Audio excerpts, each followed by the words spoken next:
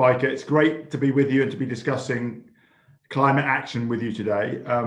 For those tuning in, I hope there's many of you on LinkedIn Live who don't know me. I'm the United Nations High-Level Climate Action for COP26, and the mandate that I have, along with my good friend and colleague Gonzalo Munoz, who's the high-level champion for COP25, was created by the Paris Agreement to champion non-state climate action. So that means particularly local governments and the private sector. Anything that's not done by governments who are parties to the Paris Agreement. And as part of that, we've launched the Race to Zero campaign, which is a campaign so far with well over 4,000 businesses, cities and regions committed to getting to zero in a credible way, not just a flaky 2050 goal, but a long-term goal and then short-term action plans. And we've also launched the Race to Resilience, an initiative to raise the importance of and the pace of change on resilience. They're crucial kind of twin sister to mitigation in the battle to tackle climate change. And I'm really thrilled to be joined by Feike Sijbesma today, who's probably somebody who knows more about these two challenges than almost anyone on the planet, and is doing more about it. He's the former CEO and still the chair of the managing board of DSM, a very interesting company. We'll talk a bit about their transformation, Feike. DSM is a member of the Race to Zero. Feike is also on several other boards of major multinational companies, and he's the co-chair of the Global Center for Adaptation. So he's been at the heart of thinking about adaptation and resilience, and has been instrumental in taking the World Economic Forum's CEO Climate Leaders Group to a higher level of ambition. He also acts as a global ambassador for both the Race to Zero and Race to Resilience. So great to have you with us, Feike. Let's start with DSM. I know you're still the chair there, but you were CEO through some really transformative years. You know, the company's transformed. I mean, it used to stand for Royal Dutch State Mines, I think. So maybe you tell us a bit about what that meant. But you've transformed it from a bulk chemical company into a real global leading life sciences and materials company focusing on nutrition and health. Tell us a bit about that transformation, because in a way, in microcosm, that transformation is a model of what we have to achieve at the macro level for the whole world, right? Tell us a bit about how you drove it and what were the real values behind how you did it. Thank you, Nigel, and thank you for interviewing me today, because it's an important topic. On DSM, indeed, from 2007 till last year, I was the CEO. Today, I'm Honorary Chairman. The Chairman of Supervisory Board is Thomas Leijsen, and my successors as CEOs are Geraldine Matchet and Dimitri de Vrees, who will run the company today. So if I look back to DSM indeed started in 1902, so 120 years ago, as a coal mining company. DSM, Dutch State Mines. But for a long time, it's not Dutch anymore. For a long time, it's not owned by the state anymore. And for a long time, it has no mines anymore, but we kept the three letters, DSM. And it transformed itself in the 60s to a bulk chemical company. What we did under my leadership from 2007 till 2020 is transforming it again from a bulk chemical company, selling all our petrochemicals, bulk chemicals, and whatever activities, into a life sciences and material science company, into the company it is today, focused on nutrition, focused on health, focused on sustainable materials, green energy, and those kind of things. Why did we do that second transformation? The first one was in the 60s. I was not there, obviously. We did do this second transformation for DSM to future-proof the company, because I was convinced, we were convinced that in changing the portfolio of the company, changing the activities, we will be long-lasting. We will be really sustainable. We will be sustainable by focusing on sustainable businesses.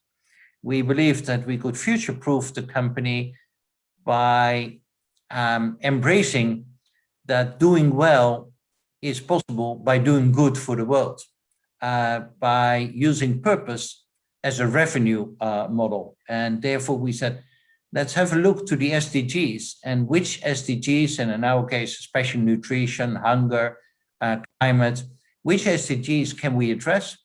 And if the world at the end of today will spend a lot of money to address its most important issues anchored in the SDGs. We can do well as a company also by addressing those things. And that is this whole transformation that we did in the last 1-2 decades all about. Great. And in many ways, Feike, I think that feels to me like that goes back to the origin of the joint stock company, that the idea is that society gives a right to operate to a company to deliver something which is useful for society. I think we've lost sight of that along the way. I know Gonzalo, who I work, thinks a lot about that with the role he's played in the B Corp movement, and you talk about putting purpose at the heart. I mean, that's very clear what the value add is. I know you've also, as I mentioned, been instrumental in the World Economics Forum leadership work on climate, and we often talk about radical collaboration. Could you say a little bit about? I mean, people often talk about businesses in isolation, but of course, business is connected to government, stakeholders in the supply chain, and customers, the whole of society. Tell us a little bit how business can be part of this kind of whole systems transition to zero by thinking of itself as part of a system, not just an individual actor. Well, before I make great, Nigel, and before I come to the CEO climate leaders, I would like to come back to the previous point you made about the B Corp and the B team, and this, what kind of mandate you get from society. When I became CEO, I thought a lot about what is our role of companies in the economy, like you mentioned. And I thought, well, who designed or invented the economy as it is today? Well, nobody invented or designed it. It was happening. And where's the root cause? How did it ever started? Well, as barter trade, one was better in catching buffaloes, the other in growing crops. At the end, we exchanged goods based on our competences. And then it became more complicated. We invented gold, we invented money, etc., to use as a means. But like you said correctly, in the last 30 years, with maybe some CEOs who were playing for shareholders value only or economists or whatever, we derailed and we thought that making money was our goal instead of our means. And the means is building on how it ever started, just to take care that we use our competences, that we live all here happily here together. And that is our goal. And that should be the purpose of companies, to take care that we all can live happily here together. And per definition, you then do not work only for your shareholders, but for all your stakeholders, for your customers, for your employees, for society at large. And per definition, you don't think only about the dimension of value creation being economic value and profit, but also ecological planet value and also societal value. Building on that, we set up in the World Economic Forum the CEO climate leaders. EFA started with the group of 40 companies in 2015 when we were developing the Paris Treaty. And we wanted to support Christiana Figueres, Ban Ki-moon, and the French leadership from the business side, that they should make a great climate treaty, and that the business is not afraid of that, no, welcomes that. In the meantime, the coalition 6 years later has been growing from 40 members to over 100 members, big multinational companies who want to be progressive.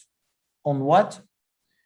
Statement one, zero emissions by 2050, net zero, the race, like you know very well, the race to net zero, including a clear roadmap towards that net zero, because otherwise it's a point far away in time.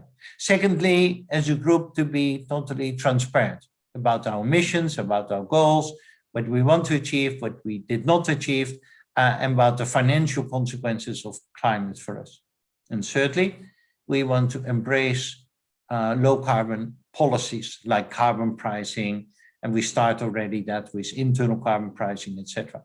And those three things we stand for as a group of CEOs. We advocate, we communicate, we try to share our activities with other companies to convince them. And mainly we want to be a partner for governments by saying to governments, business is asking you, governments, to make even more progressive rules, regulations, step forward on addressing climate change. And it will not go at the detriment of our economy or jobs. On the contrary, when we do nothing, it will go at the cost of our economic growth or economic prosperity for people.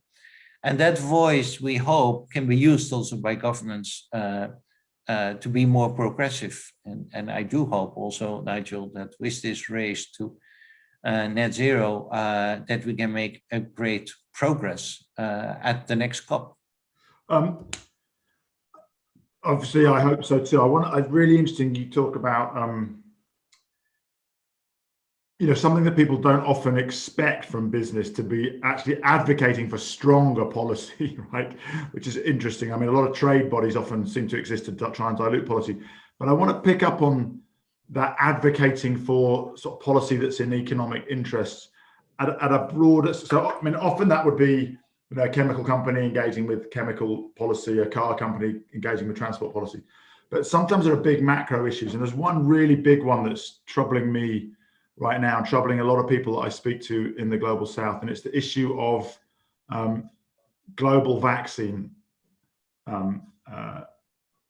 availability or global vaccine provision.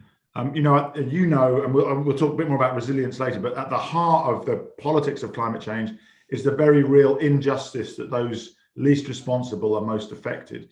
And of course, those least responsible for climate change are also those most affected by COVID, predominantly the poor and predominantly the global south. And what I'm hearing a lot now is a lot of frustration, even anger, that there is still no global plan for vaccine rollout. And macroeconomically, if I get my figures right, it would cost about 65 billion to vaccinate everybody, but the damage could be 5 trillion. I mean, orders of magnitude. How does business engage at sort of that level of policy? Do you think business has got a role there as well? And do you see that happening, or is it something that there's more work to be done on? No, of course, because governments cannot solve all the problems of the world alone. And governments have, per definition, a limitation, and that is at the borders of their countries, because they don't have jurisdiction outside the borders of their countries. And companies, multinational companies, work across borders. So it's good that those two actors work together.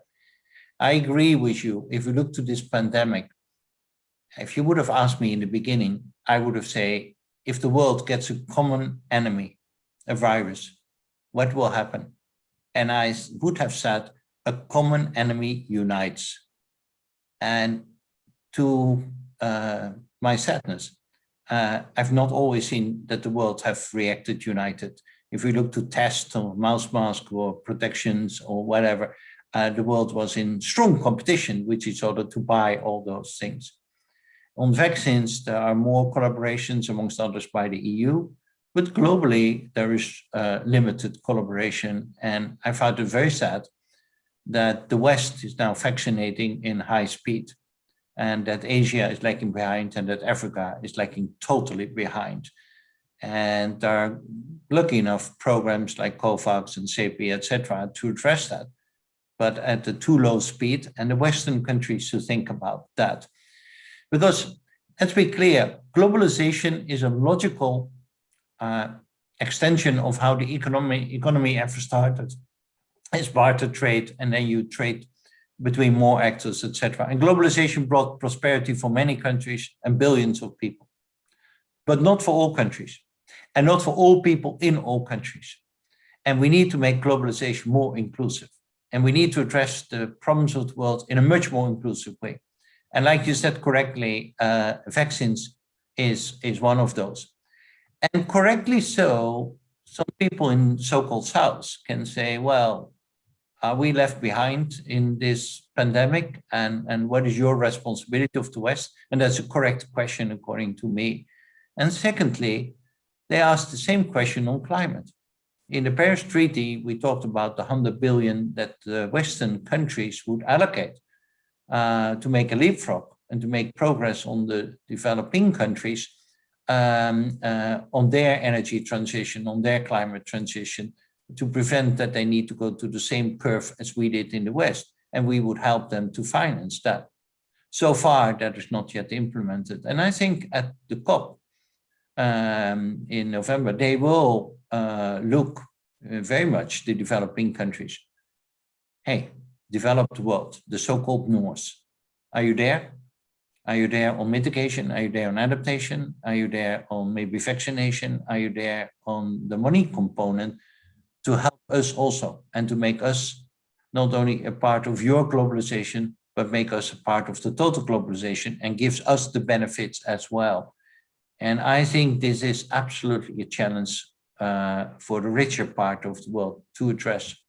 And otherwise, the Western part of the world could shoot in its own feet by not addressing it.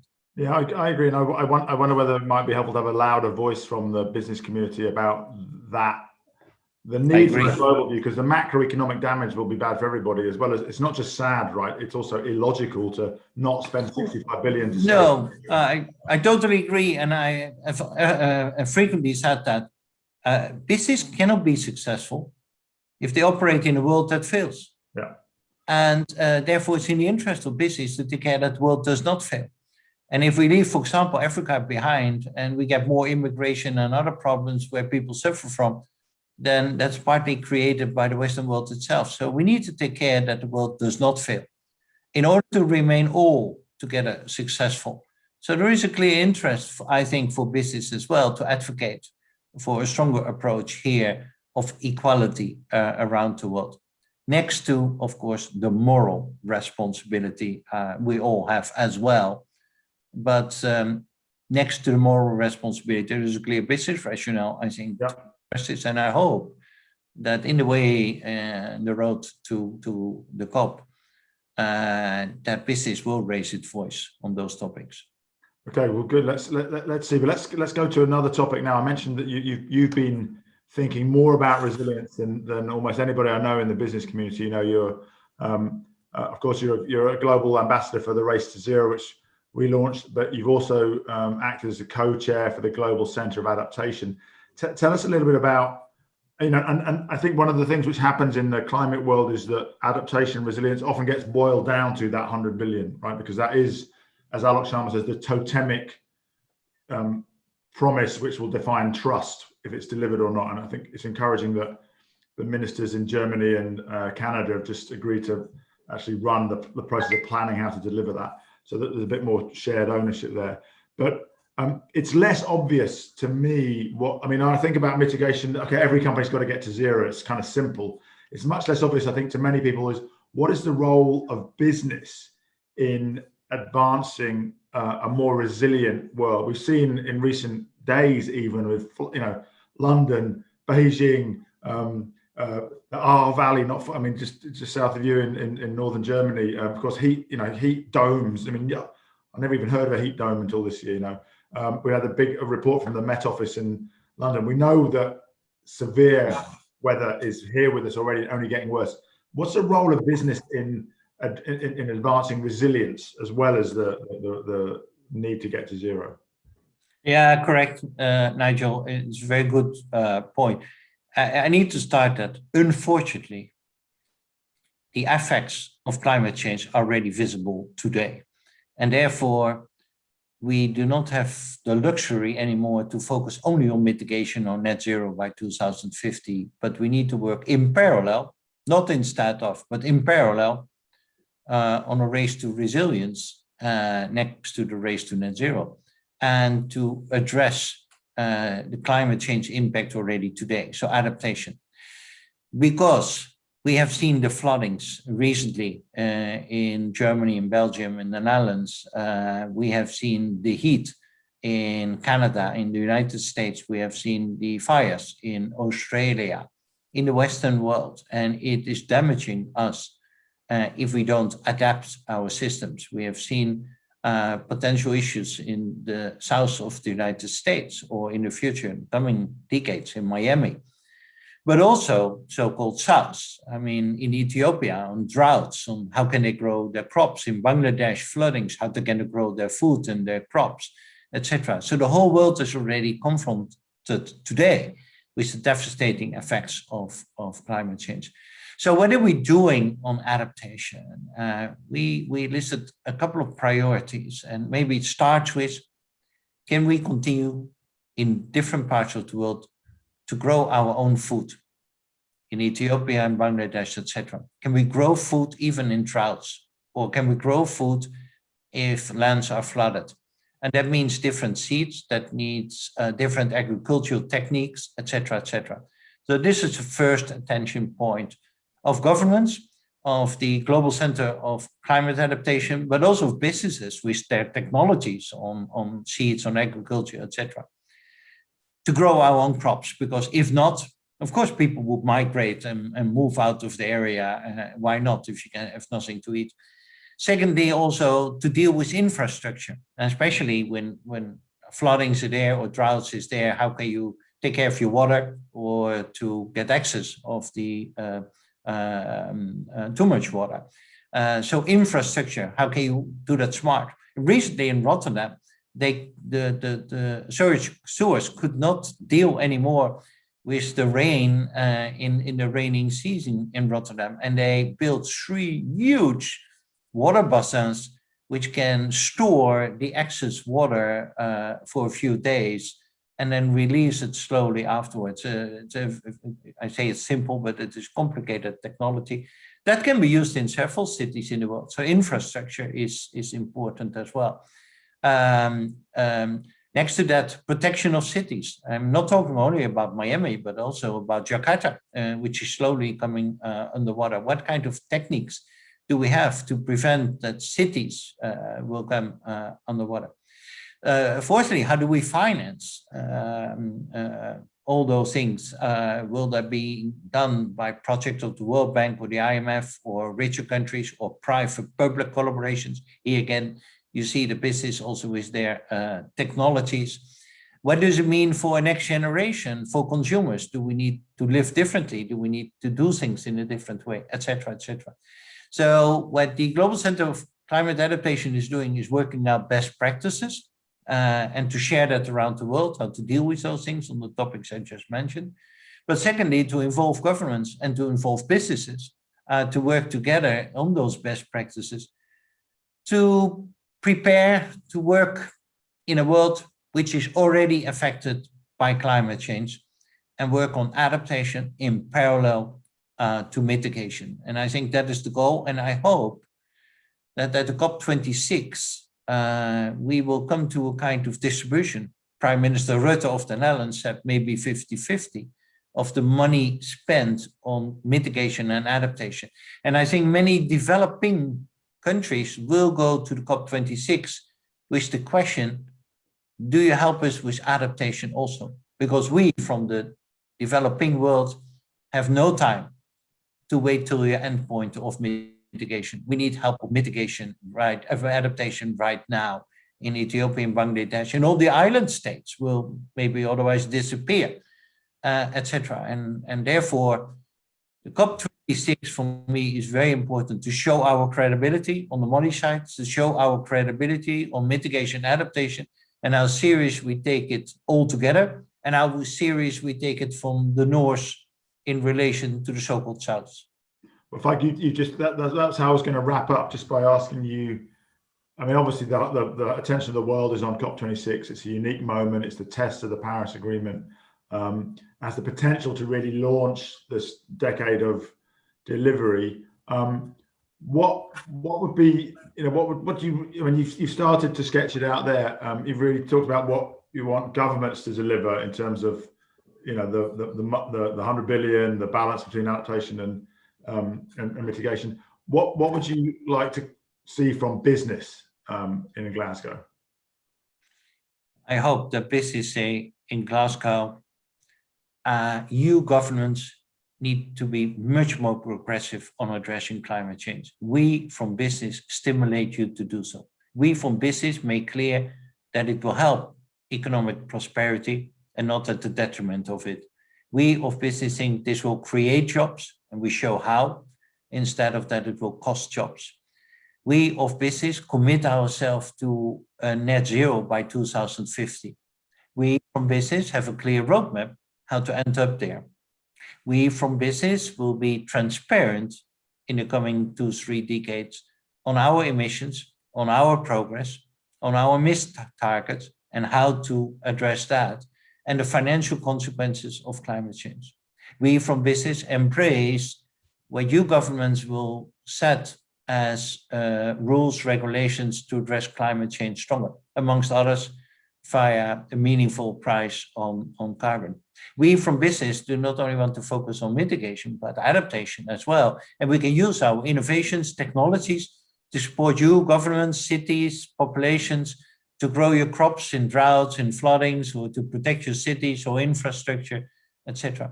And I hope, Nigel, that business will make those statements.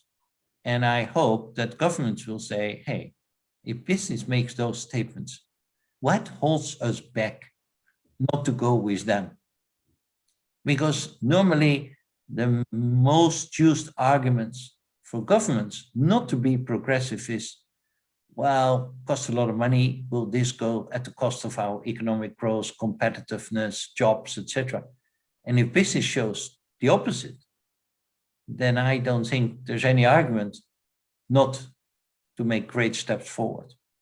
Well, thank you, Feike. You've just described beautifully that feedback between private sector and governments that Gonzalo and I call that ambition loop.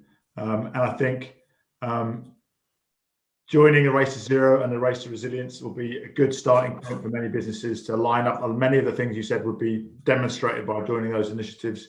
We already have over 3,000 businesses in the Race to Zero. Maybe we, and growing fast. Let's see if we can get to 4,000 or even 5,000 by Glasgow. I hope you'll join us there to lend your very compelling voice, the voice of experience of someone who's transformed business and is still very involved in putting purpose at the center, both in your role at DSM and your other board roles and your work with the Global Center on Adaptation and the World Economic Forum. Feike, thank you so much for everything that you've already done, for everything that you're still doing, and for everything that you're going to do in the rest of this decade of delivery. I know you're still very energetic and involved in many things. It's really great to see. It's been great to spend some time with you, hearing how you look at this challenge, but also this opportunity. And with that, let's draw the interview to a close. And thank you very much. Thank you. Well, thank you, Nigel, very much. And I wish President Alok Sharma and yourself, you both put so much energy into a real successful COP26, and I will do everything to support you and to make this a success. Great. Thank you so much, Feike. Thank you. Thank you. Bye, everyone. Thank you.